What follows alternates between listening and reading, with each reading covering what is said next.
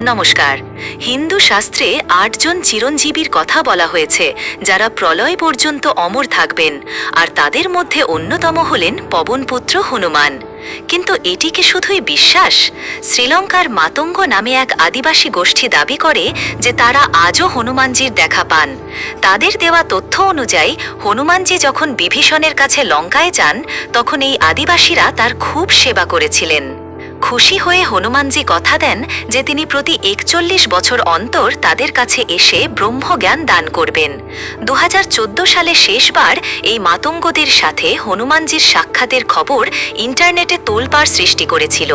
এছাড়া গন্ধমাদন পর্বত বা হিমালয়ের দুর্গম প্রান্তে আজও এমন কিছু পায়ের ছাপ পাওয়া যায় যা সাধারণ মানুষের চেয়ে কয়েক গুণ বড়। অনেক সাধু সন্ন্যাসী দাবি করেছেন যে যেখানেই শ্রীরামের নাম সংকীর্তন হয় সেখানে কোনো না কোনো রূপে এক বৃদ্ধ বানর বা রহস্যময় ভক্ত উপস্থিত থাকেন। এটি কি শুধুই মানুষের কল্পনা, নাকি এক অজানা বাস্তব? আপনার কি মনে হয়, হনুমানজি কি আজও আমাদের মাঝে রয়েছেন? ভিডিওটি শেয়ার করুন আর কমেন্টে ভক্তি ভরে লিখুন জয় বজরংবলী। ধন্যবাদ।